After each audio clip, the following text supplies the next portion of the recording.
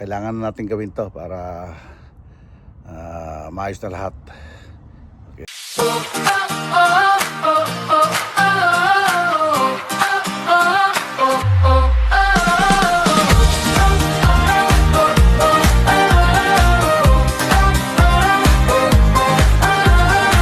Si Tatay Pandong ang alaga, dugong Pinoy sa Amerika.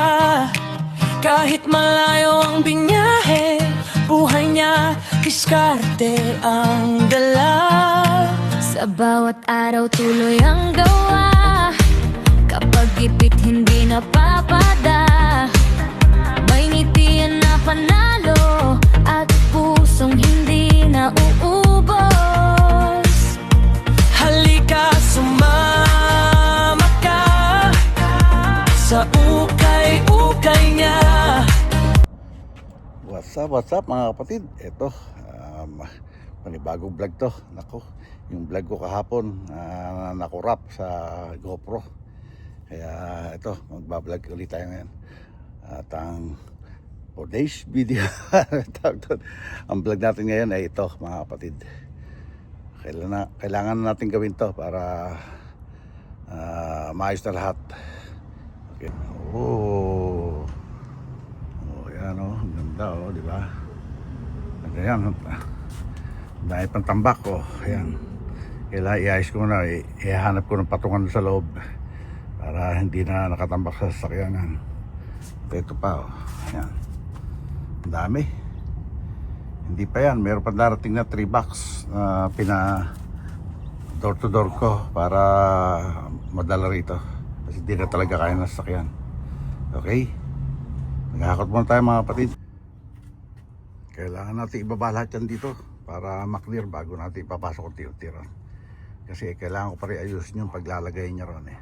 Okay mga kapatid. Okay mga kapatid. Saan na tayo?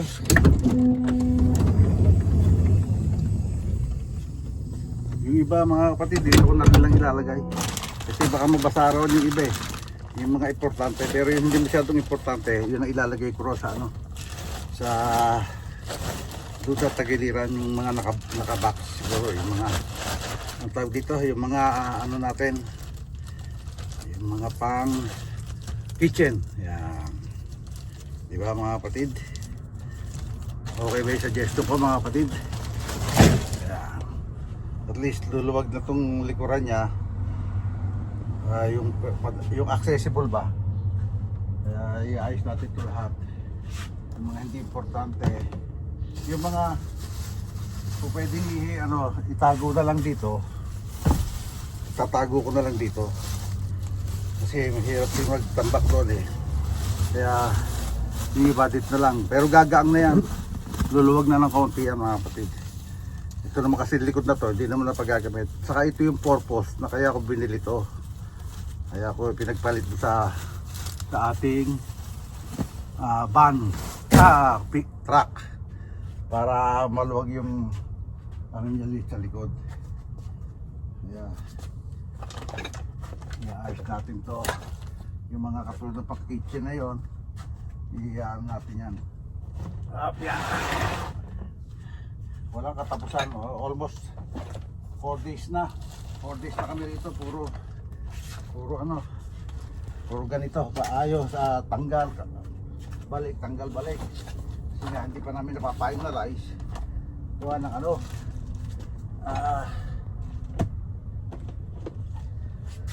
ito, hindi pa sure, alam mo na ito, lahat titignan natin kung ano yung mga importante naman. Ito dito alam mo na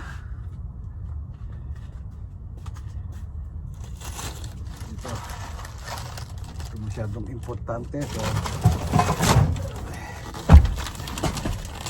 ito yung pang-kitchen din yata. Hindi, pwede pa to dahil lang ito air fryer may baka maano tayo pagka gumagamit lagi tayo ng kuryente dyan. Yan lahat ng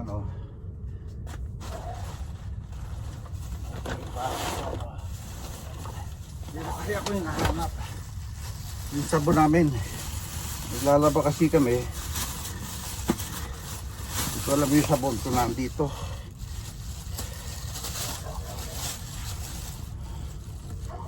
Ano to?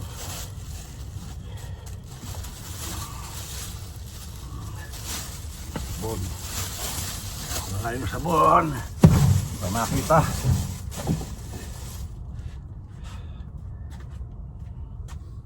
Dali. Yan.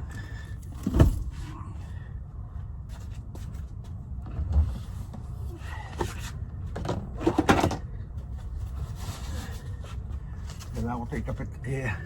Lagay sa ibabaw ng ano, ng microwave. Pati nga microwave, hindi mo na lang magagamit yan. Kasi nga, bigaan tayo sa kuryente. Siguro ito.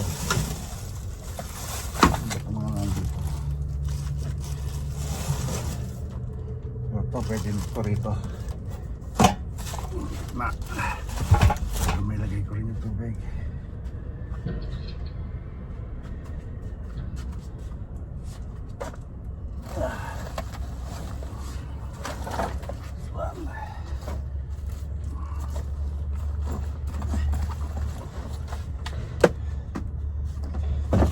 Ito may laman tong orange eh. Ang galing ko na. Baka mabulok lang sa loob or malambot. Nandiyan na yung magbabasura. Yung nag-aakot ng basura. I don't know kung ano kinukuha niya.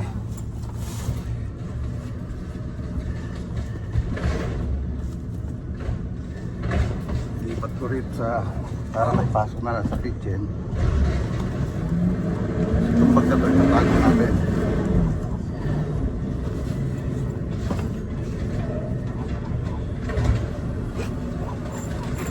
Ito rin yung pilik yung basurahan eh.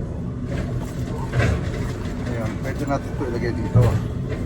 Diba mga kapatid?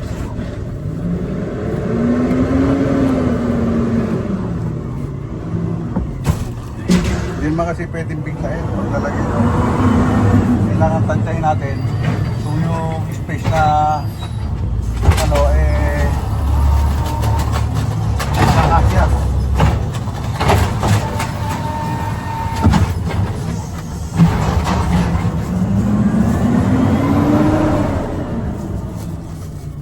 Flashlight.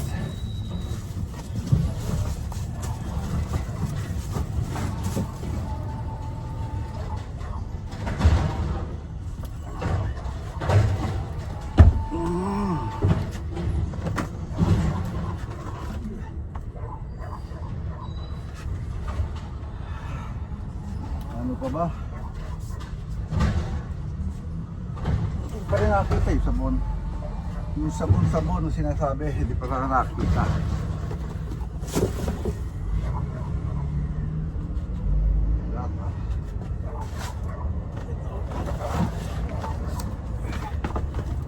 Pwede pagkasahin natin sa isang lalagyan, pagkakasahin na natin. Para isang ano, hindi mukhang bulky eh. Hindi mukhang ano, stiff or masikip. Ito, kailangan ko to yung charger ng battery. Kailangan ko ng isa. O-order pa ako ng ano, medyo lobat na yung aking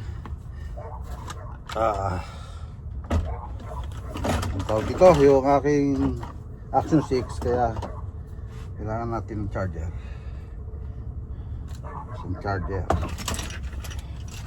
Babalik na natin ito rito.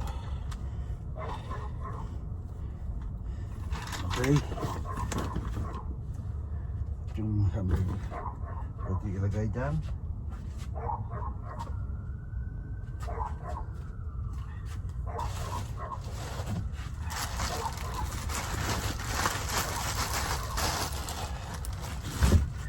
Parang hindi pa rin luluwag ah. Sabi nanay, para pa rin homeless kami ah. Kasi, pero at least hindi masyadong obvious. na maraming gamit.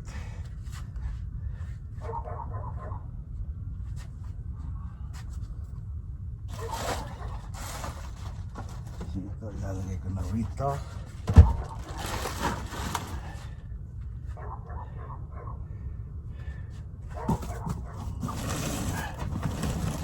Hindi masyadong kita para kita na yung likod.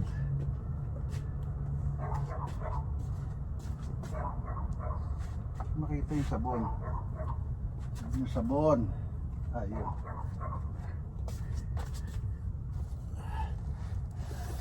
Ano? Kung hindi mag-alungkat, di makita yung ating sabong panlaba.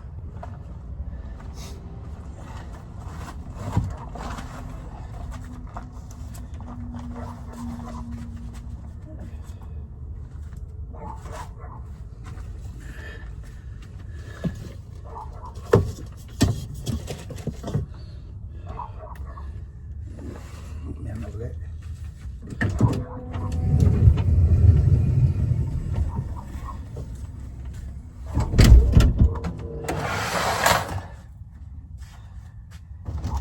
Oh.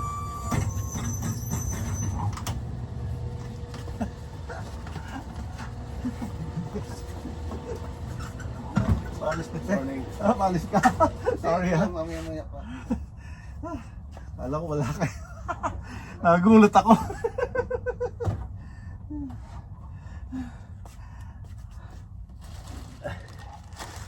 Lalagay ko sa likod itong ilan. Oo, yung mga gamit sa kitchen yan eh. Pero yung mga ano, dito na lang. Okay na. Ay, ang hirap maglipat. Oo. Meron pang 3 box na door to door na darating. Galing na? Galing sa Lucy rin. Oo. Asa no si kayo galing? Andun yung tuwalya, kumot, Ah. saka ibang damit. San Jose, Di sana nag-hire ka na lang ng ano? U-Haul? U-Haul. Pagod at gastos eh. Sige mo, pag nag-U-Haul ako, I think 19 per miles. Oo. Eh, ilang miles to? Malayo. Tapos babalik ako, pati gasolina nun, akin, 200. 200, di ba? Tapos babalik ako, kukuhanin ko to, additional 200 aeroplano, tapos 200 sa gas. Hindi, ang U-Haul pwede mo naman iiwan dito eh. Hindi nga, ito, maiiwan to sa sakyan. Oo. Babalikan ko.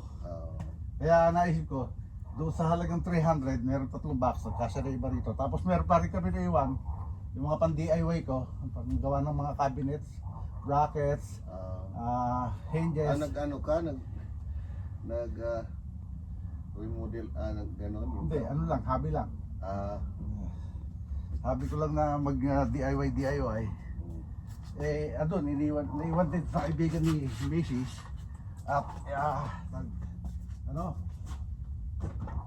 pupunta sila rito ng August, yun, dadalhin niya. Mabigat din yun, puro mga bakal kasi. Saan mo si kayo pala nagtumira doon? Yeah, malapit sa Seafood City sa Milpitas. Doon din kami sa Memorial, sa halos tapat ng Target. Kahirap yun. Matagal bago ma-arrange.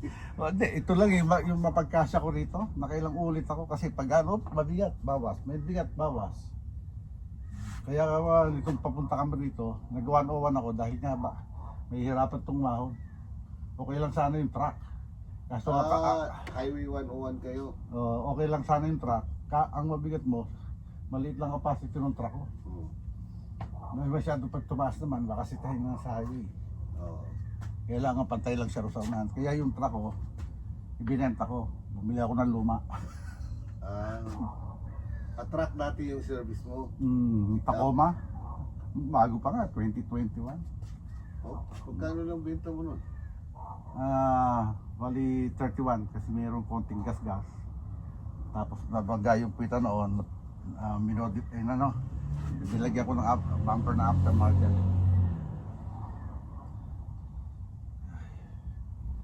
Tapos ano noon, meron pa rin ako kulang sa financing. Kaya benta ko na. Sumobra pa sa akin siguro mga kulang 4,000. Ito binili ko ng 2,000. Gumastos ako siguro mga may 1,000 para makondisyon. So dito, pagpaling mo mga ko, pumasok na yung aking napagbenta. Yung sumobra. Ay, ito ilalagay ko rin eh. Ay, Pwede siguro doon sa may ano, sa tool room, yung iba, storage ka na doon. Malawag ba yun? malog yun. Titignan ko. Sabihin mo na mamaya kaya. Kasi ang bala ko dito sa side na to, lalagyan ko na lang siya ng Kapal. Oo, tapos patungan.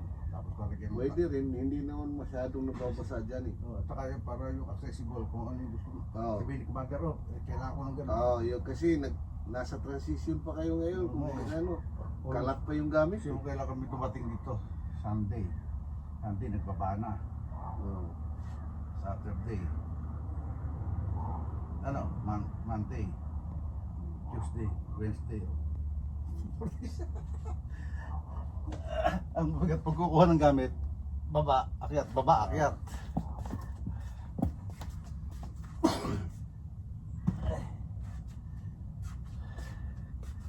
Ay. Mga pansapin. Dito. Sandali. May pasok ko ngayon? Wala. Tulad ba naman ito, mga pang-display, dinala pa. Sabi ko, madali namang bumili yan pagka naka-settle na.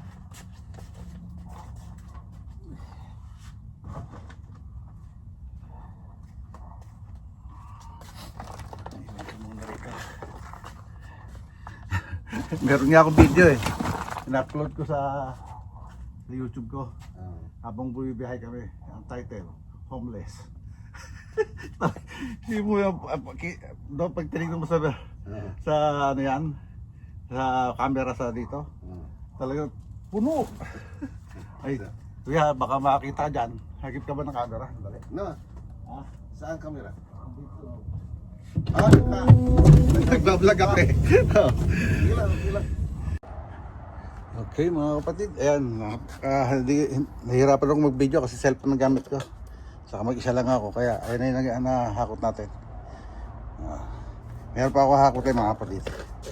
Kaya samahan niyo ako. Gusto niyo, tulungan niyo na rin ako. Okay.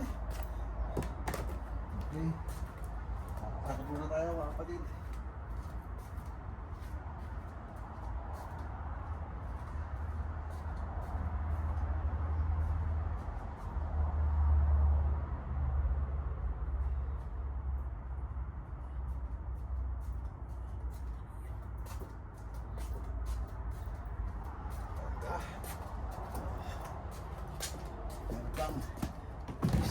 Siguro, isa na lang yun. Ano na natin ito?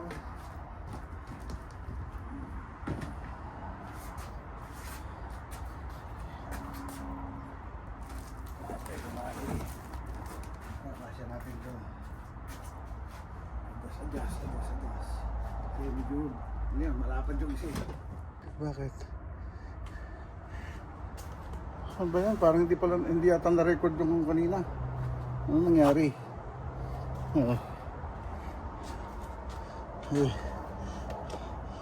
Ayan na nga yung ating na ano.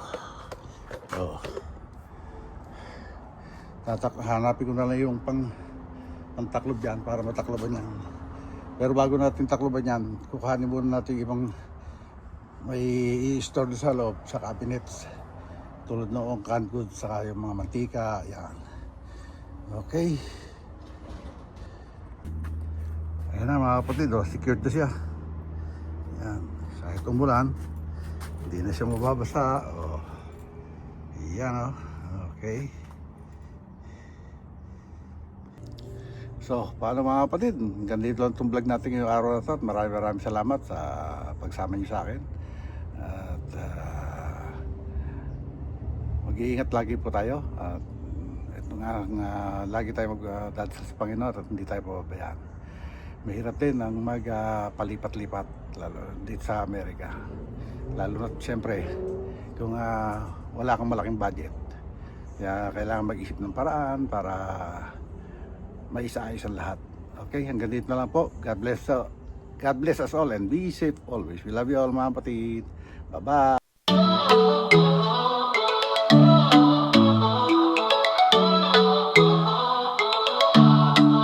Si Tatay Pandong sa daan naglalakad, bitbit ang kwento, dala ang sining at aral.